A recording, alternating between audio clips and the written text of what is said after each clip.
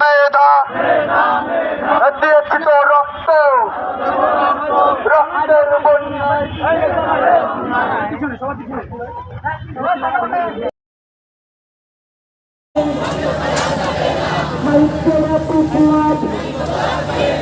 বন্ধ করা যাবে না,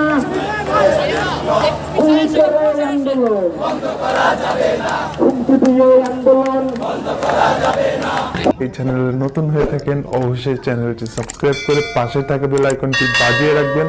সেই সাথে ভিডিওতে লাইক না দিলে অবশ্যই একটি